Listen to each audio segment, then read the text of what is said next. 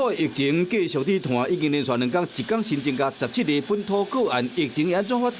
精神科医师潘建志列出台湾3大群聚确诊的图，那些代表团群聚事件并无造成社会传播。黄色诺福特事件的线是伫去年5月份升悬到3级警戒了后，才明显佫称悬。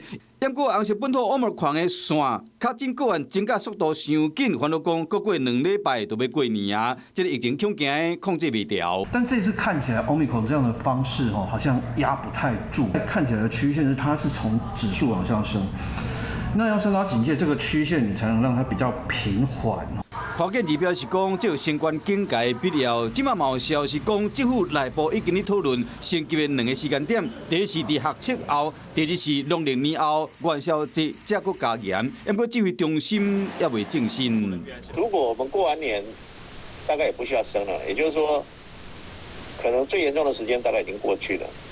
那整个医疗量能的那个压力大概已经测试过了。